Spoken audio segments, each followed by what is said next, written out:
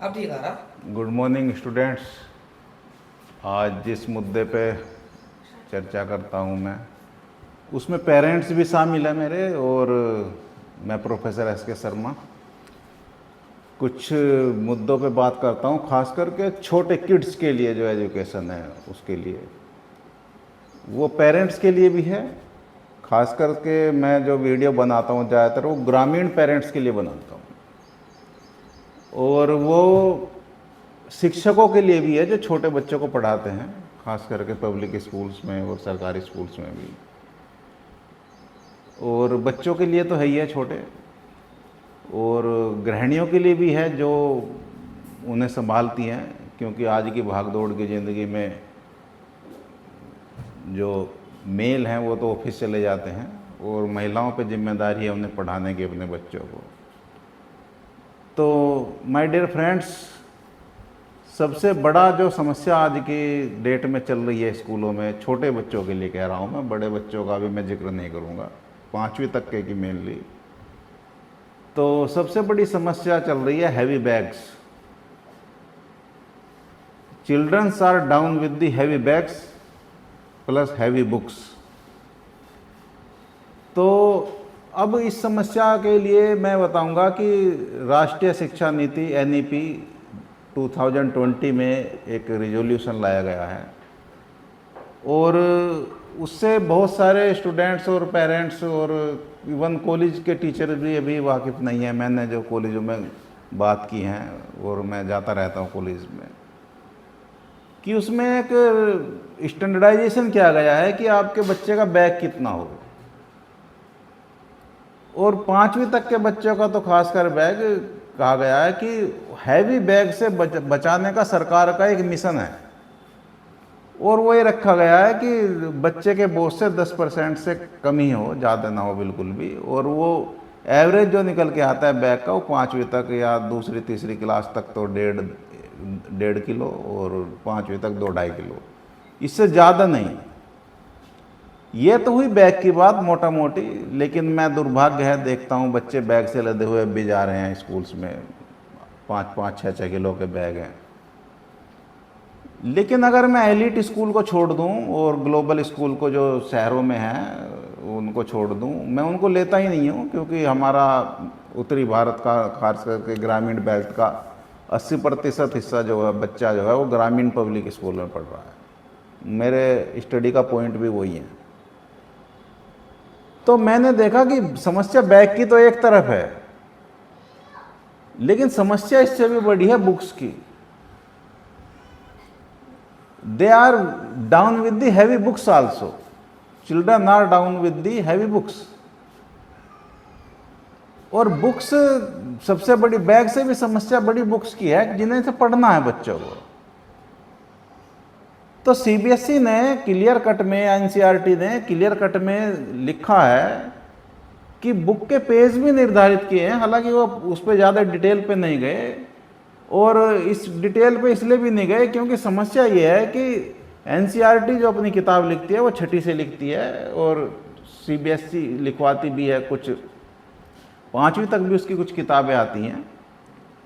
लेकिन समस्या ये है कि उन 5वीं तक की किताबों को 90% पब्लिक स्कूल अपने सिलेबस में नहीं लगाते, वो अपने पब्लिशर्स से और अपने एक तरह से अपने कैरिकुलम हैं, हर स्कूल का अलग कैरिकुलम है। खैर ये तो नेशन वाइड समस्या है, इस पर मैं नहीं जाऊँगा क्योंकि वो तो बहुत बड़ा सवाल है, फिर उस पर तो बहुत सवाल उठेंगे।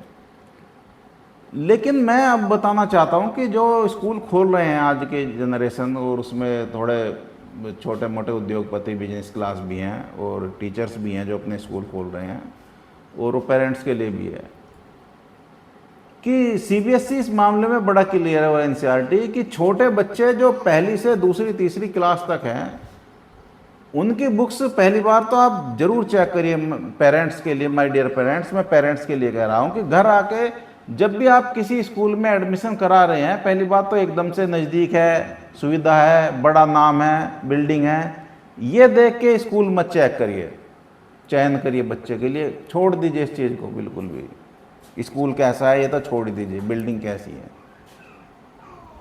पहले वाले बच्चों के जो उसमें ऑलरेडी पढ़ रहे हैं उनका बैग उठा के देख लीजिए बस, और बैग उठा के ये देख लीजिए कि उनकी किताबों का साइज कितना है।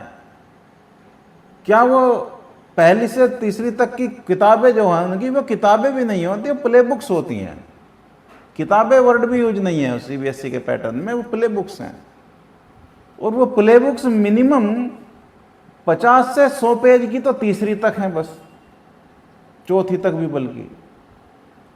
क्या वो बच्चा चौथी तक जो पढ़ रहा है वो 50 से 100, और 50 से 100 पेज वो छोटे होते हैं इतने, वो कलर्ड हैं, वो बहुत अच्छी अच्छी है, मोटा मोटे अक्षरों में लिखा हुआ है। They are with not with the heavy syllabus curriculum. देखिए कैसे कैसे वर्ड्स चल पड़े हैं आजकल, curriculum syllabus for the children. ये नहीं, ये वर्ड्स ही नहीं है बच्चों के लिए माय डियर पेरेंट्स। वो प्ले बुक्स हैं और वो 100 पेज से ज्यादा ना हो चौथी तक। ध्यान देख लिए, 10-20 पेज का कोई मैं ऐसा नहीं बाउंडेशन लगाता। और जो स्कूल अपने कैरिकुलम लगवाते हैं वो पब्लिशर से कहें, वो खुद स्कूल्स को भी, सबसे पहले तो स्कूल्स को इनिशिएटिव लेना पड़ेगा माय डियर पेरेंट्स, क्योंकि पेरेंट्स के पास रास्ता नहीं है। एक स्कूल भी ऐसा ही, दूसरा भी ऐसा ही, तीसरा भी ऐसा ही, बच्चा जाएगा कहाँ। तो मेरी रिक्वेस्ट स्कूल्स वालों से है कि वो उस पर चेक करिए, किड्स के लिए चौथी तक 100 पेज, मैक्सिमम 110 पेज, और 5वीं तक 150 पेज से ज्यादा आपकी कोई किताब नहीं होनी चाहिए। इस पे बड़ा क्लियर है सीबीएसई। बुक को बच्चे को बर्डनसम नहीं बनाना है।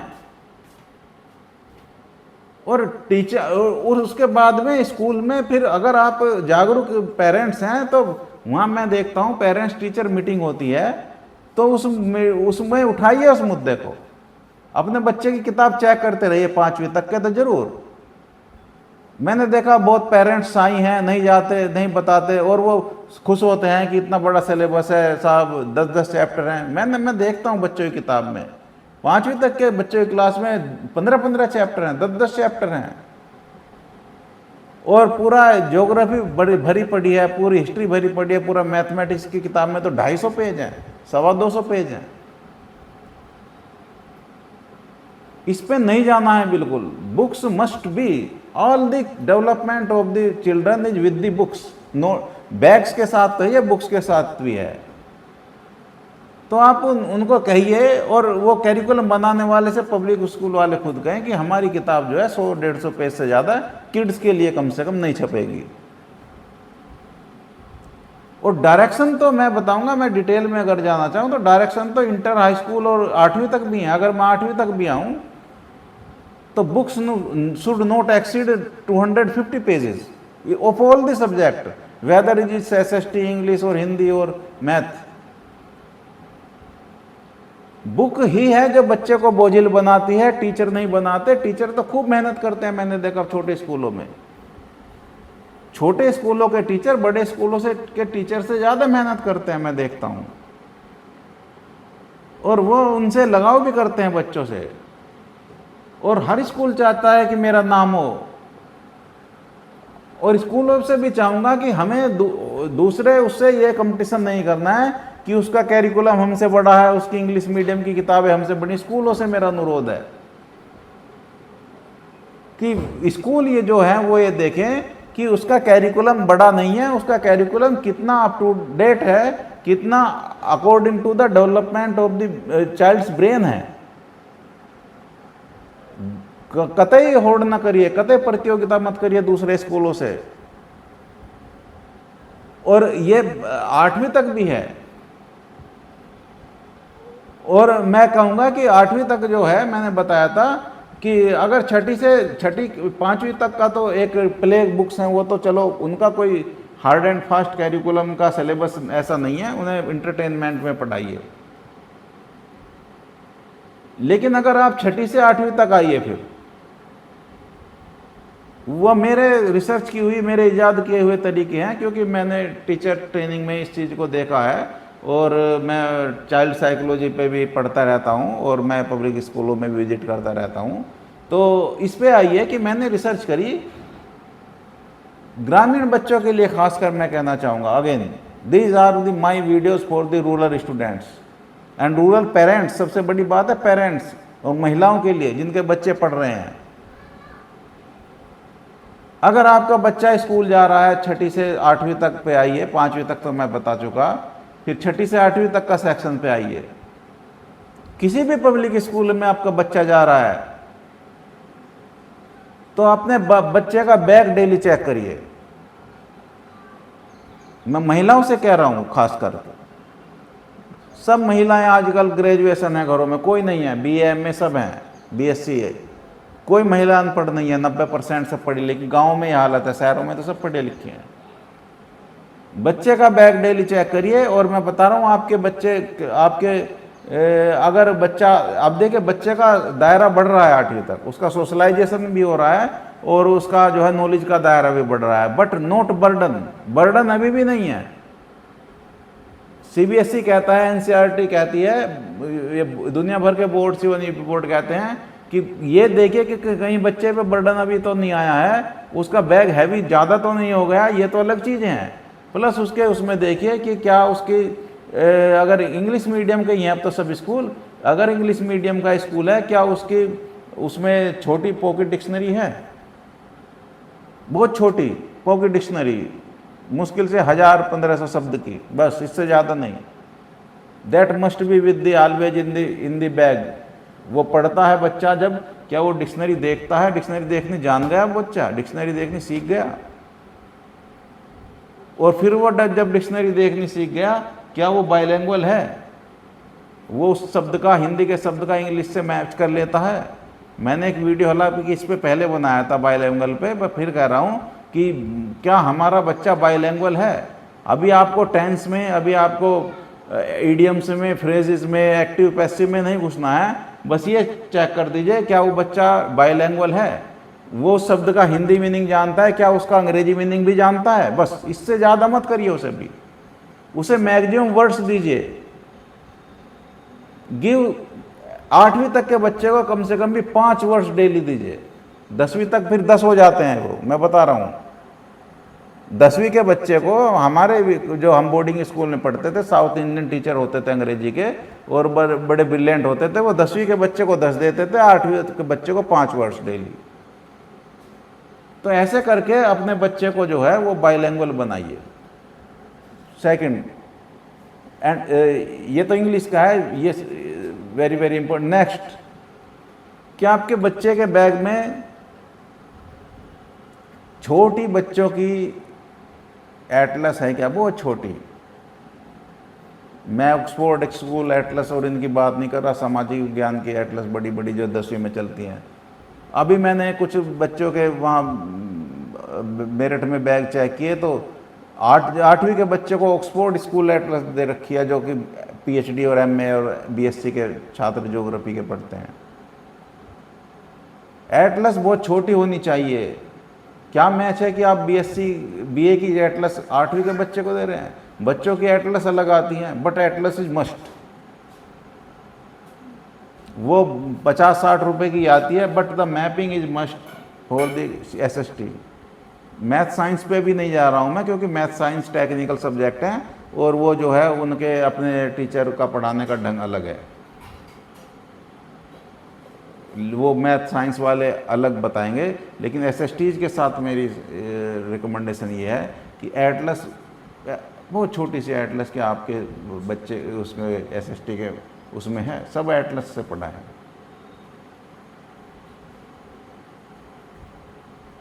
तीसरा और सबसे इंपॉर्टेंट, क्या टीचर, भाषा का नहीं कह रहा मैं, SST का भी, क्या टीचर रीडिंग करवाता है बच्चे से क्लास में? ये मस्ट है। 40 मिनट का पीरियड बहुत ज़्यादा होता है छोटे बच्चे के लिए, 8वीं तक के, 5वीं तक के, मैं बता रहा हूँ। गांव के बच्चे के लिए खासकर बता रहा हूँ मैं। अपने बच्चे से पूछे कि उसने लास्ट रीडिंग कब करी खड़े होकर सबके सामने। That is the most important. Reading खड़ा होके करनी बच्चे की, वो जरूरी है। और मैं टीचर से भी कहना चाहूँगा, वो टीचर्स भी देखें इस वीडियो को। कि एक बच्चे से हफ्ते में कम से कम 2 बार रीडिंग हर सब्जेक्ट का टीचर जरूर कराए। 2 बार हफ्ते में कराए रीडिंग, इंग्लिश की भी कराए और हिंदी की भी कराए, खास करके ह्यूमैनिटीज सब्जेक्ट के, एसएसटी की। मैथ साइंस की तो रीडिंग नहीं होती खैर, हालांकि साइंस की तो हो जाती है। तो रीडिंग कराए। रीडिंग से क्या होगा कि बच्चे का कॉन्फिडेंस खड़े होकर जब वो पढ़ेगा वो बढ़ेगा, अलग बढ़ेगा। अपने पढ़ाने पे, अपने ज्ञान थोपने पे बिल्कुल टीचर उसमें ध्यान ना दें।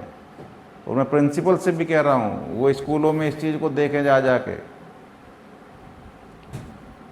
कि उनके टीचर कितनी रीडिंग करा रहे हैं। टीचर्स को सख्त मत कीजिए, टीचर्स को फ्रीडम दीजिए। टीचर ही नहीं है, मेंटर 40 मिनट का स्टूडेंट भी है। And the communication should be, एक तरह से कहते हैं ना, इसके दोनों तरफ से कम्युनिकेशन आ रहा है क्या। 30 मिनट आप बच्चे को खूब पढ़ा सकते हैं। हमारे पास बहुत ज्ञान रहता है आजकल टीचर्स के पास, बहुत ज़्यादा। लेकिन सच्चाई ये है कि क्या वो बच्चा आपका 30 मिनट जो है वो 30 मिनट में से 10 मिनट पढ़ रहा है क्या। Reading habit must be there. ये केवल नॉलेज के नहीं है, ये कॉन्फिडेंस देने के लिए बच्चे का। और जो बच्चे पढ़ा उसमें रीडिंग में कमज़ोर है, उनसे तो 3-3 बार पढ़वाइए हफ्ते में, फिर देखना कि बच्चा कितना इम्प्रूव होता है। और ये पेरेंट्स की भी जिम्मेदारी है, वो पूछें, वो बस्ता रख के वो ट्यूशन ना भेजें उसको, ट्यूशन में फिर ट्यूशन 3 ट्यूशन, मैथ के अलग ट्यूशन, साइंस के। अरे भाई नहीं चाहिए मैथ साइंस इतना। अभी तो बच्चे का सोशलाइजेशन करिए 8वीं तक। तो सोशलाइजेशन कम्युनिकेशन से होता है सबसे ज़्यादा। मैंने फिर कहा वर्ड्स दीजिए बच्चे को डेली, और उससे पूछिए कि आज क्या रीडिंग हुई है, क्या रीडिंग कराइए आपसे। और फिर पेरेंट्स मीटिंग में जब बच्चे जाती हैं, महिलाएं जाती हैं, मैं देखता हूँ चुप बैठ जाती हैं वहाँ जाके। आपके बच्चे के साथ 90% मार्क्स हैं, बहुत अच्छा है। 95%, अरे मत जाइए, नहीं चाहिए 95 मार्क्स। 8वीं तक तो बिल्कुल नहीं चाहिए। 8वीं तक पूछिए कि बच्चा कितना एक्टिव रहा है क्लास में, बैच कितने बच्चों का है, 40 से ज़्यादा का तो नहीं है। और उसमें पूछिए कि कितने बच्चे को एक तरह से आप, अब क्या है, स्वतंत्रता दिवस पे, रिपब्लिक दिवस पे हमने क्या क्या कि भाषण आयोजित कर दिया, उसमें 1-2 बच्चा बुला लिया, डांस हो गया, कल्चर एक्टिविटी। वो कुछ ही बच्चे रहते हैं एक्टिव और कुछ ही करते रहते हैं। और वो एनुअल फंक्शन में हम मैनेजमेंट को, अतिथि को खुश करने के लिए करते हैं। ये नहीं चाहिए। हमें चाहिए कि वो एनुअल फंक्शन पे नहीं, प्रत्येक दिन बच्चा, हर आदमी, हर बच्चा, जो सबसे पीछे का पूरा बच्चा है, वो भी ये महसूस करे कि मेरा पार्टिसिपेशन जो है क्लास में उतना ही है जितना अगली सीट वाले का है। और लास्ट एंड सबसे लास्ट पॉइंट मैं बताऊंगा, जिस पे कोई ध्यान नहीं देता कभी भी, सीट का रोटेशन चेक करते रहिए। एक सीट पूरे साल एक बच्चे की मत बनाइए, सीट को रोटेट करिए। सबसे पिछला बच्चा आगे, आगे का बच्चा बीच में, बीच के का पिछला, ये रोटेशन रखिए। पर डे रोटेशन बदलिए, पर डे। 8 दिन का भी मत रखिए वो रोटेशन, पर डे। और जो नहीं बैठना चाह रहा बच्चा पीछे, उसे आगे बैठाइए, बीच में बैठाइए। अगर वो आगे बैठने में हिचकिचाहट है, पहले उसे बीच में लाइए, फिर आगे लाइए, स्टेप टू स्टेप लाइए। ये नहीं कि पीछे बैठा है वो बेचारा डर रहा है और एकदम आगे बैठा दे, वो डर जाएगा। 5वीं 6ठी क्लास तक तो ये है। उसे बीच में बैठाइए और फिर आगे लाइए, कम से कम 15 दिन उसे बीच में रखिए फिर, क्योंकि मैंने देखा है बच्चे आगे सहज नहीं होते कुछ। तो ये तो है my dear parents, teachers and students, सबके लिए एक कॉमन वीडियो बनाया जो मैंने 8वीं तक का। इसे देखिए और मेरे YouTube चैनल को देखते रहिए। मैं ऐसे ही सजेशंस टीचर्स के लिए लाता रहूँगा, और देखते रहिए आप। धन्यवाद।